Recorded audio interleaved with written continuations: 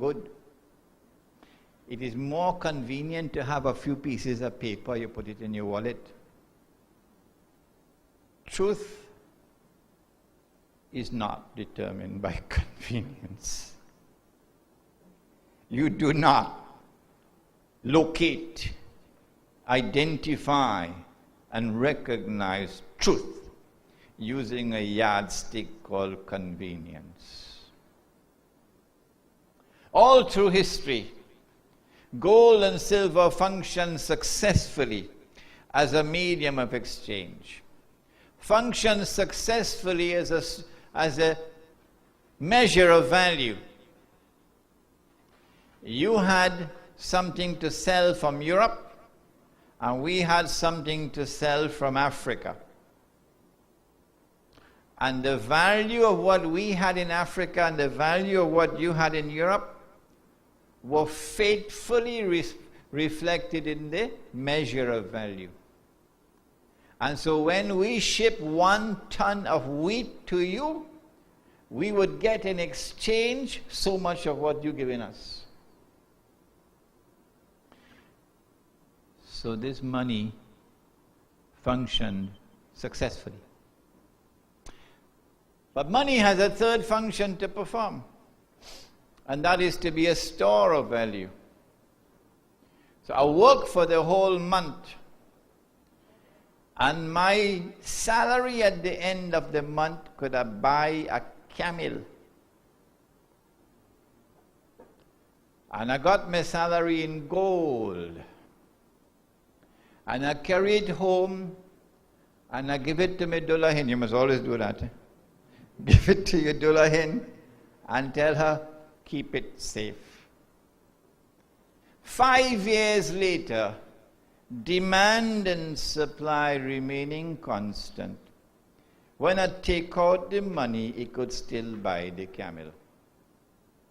In other words, Sunnah money has faithfully stored its value. Sunnah money has functioned successfully as money. Now let us turn, you can take it down. Now let us turn to what Gog and Magog did. The Quran tells us about Gog and Magog. إِنَّ يَأْجُوجَ وَمَأْجُوجَ مُفْسِدُونَ فِي الْأَرْضِ. That Gog and Magog commit fasad on earth. Fasad is to corrupt, but it's more than corruption.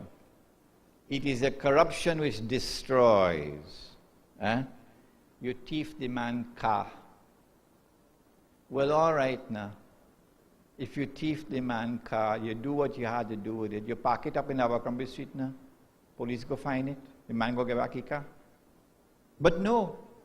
You not only thief the man's car, you get in some cane field and carry and you burn the car down. That is fasad.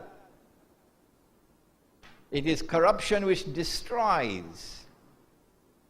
And when you corrupt the whole earth, you will destroy the whole earth. And when you corrupt the market, you will destroy the market. Money is the heart of the market. The market, in order to function successfully as a market, must be a free market and a fair market.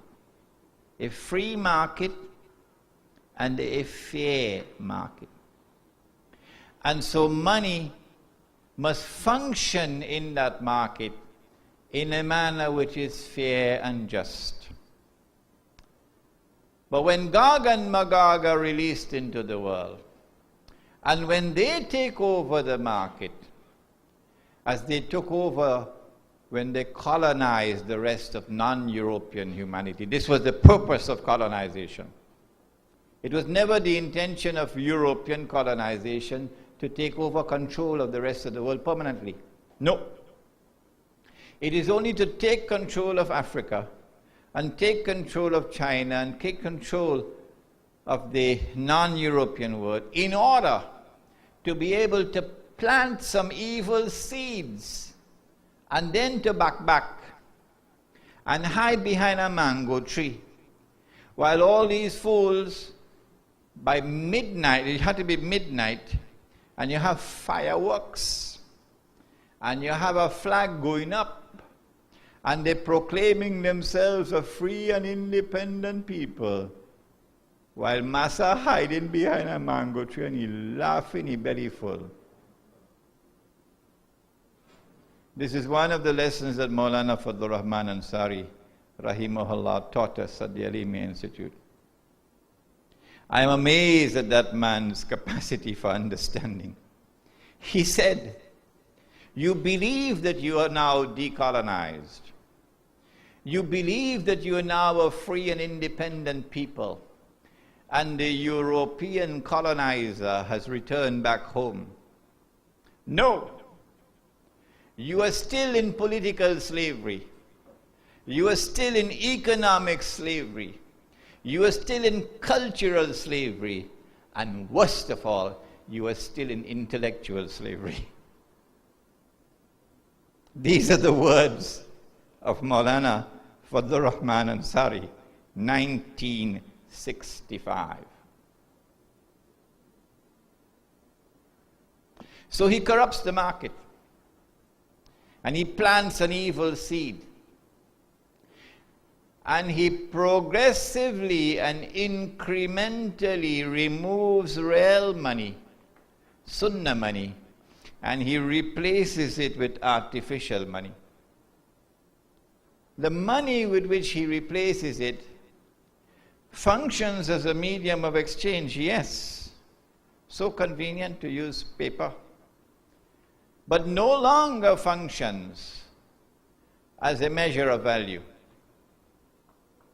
She's a black woman. I know her. I know her very well. And Sheikh Ali Mustafa knows her. She's a black woman. And you'll find her as a domestic servant in every home of South Africa. Even Muslim homes. They could afford 4 black women as servants.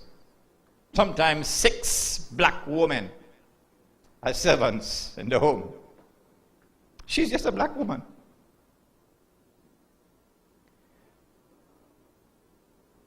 And she's paid a salary. And what is used to measure her labor has a tendency to leak. So she's paid the equivalent of $40. And she measures her value in corn, because that's the staple food, corn. All the black people eat corn. It's cheap and it's very valuable, nutritious. And she makes a meal called mealie meal. I tasted, I didn't like it. Mealie meal. Mealie meal. Or mealie meal means cornmeal. Borota. Good. I was white in color. Yeah. And so this money is not faithfully representing the value of her labor. The value of labor going down. She could have got a salary which used to give her 40 bags of mealie meal. And then the salary come the equivalent of 30 bags of mealie meal. And then 20 bags of mealie meal. But the price of a computer in the market going up, and the value of her labor going down. But you don't want her to recognize slavery. No. Because the day she recognizes the slavery, she coming out with a cutlass on the road. It's revolution, it's blood. So in order to put a blind before the eyes of the laboring masses, So they wouldn't recognize the slavery with the money which is going down in value. You institute something called minimum wage legislation. So you could put a cover over the pot so it don't boil over. Because if it boil over, you will get another butler. And you don't want another butler. So you have something called minimum wage legislation. So you will not be able to see and recognize the slavery. But it's not only as a measure of value that this money is failing, it is also as a store of value. Number 14, please. Now, I worked for the whole month, and I got my salary in gold. And remember, it could buy a camel? Right. Now they don't want to pay me my salary in gold anymore. They're paying me my salary in paper. And they say, why don't you trust us? You ain't see what they write down in the paper? In God we trust. So I take the paper, whole month's salary, carry it home, I give it to Dolahin, put it away. 5 years later, I take out the salary. You can't buy a camel anymore. You could only buy a donkey now. Something wrong here. I'm being ripped off. And 5 years later, you can't buy a donkey anymore. You can only buy a goat. Something is terribly wrong here. 5 years later, can't buy a goat anymore, could only buy a chicken. And at the end of the day, when you reach Indonesia and you reach Turkey, you can only buy doubles. Why is it that only a Malcolm X can understand this? Why? Why is it that it takes a black man who never went to Al-Azhar University, who didn't even know the Arabic language, Malcolm, but he can understand this, and the rest of us can't understand it? The money leaking. Well, then Malcolm will ask, where my money gone? Malcolm will ask, who take my money?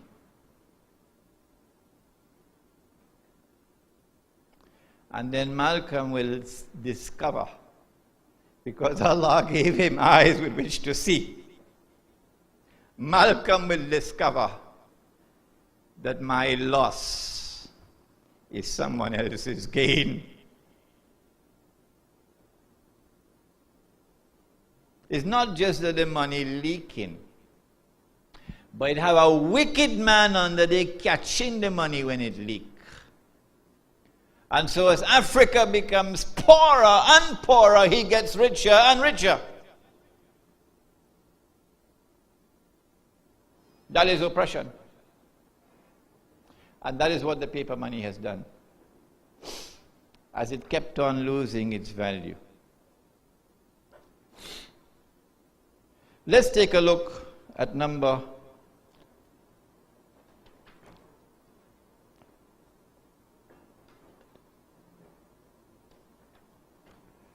'Where's the one with the value of the US dollar?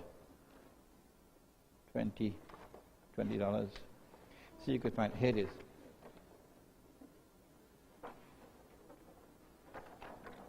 Remove that.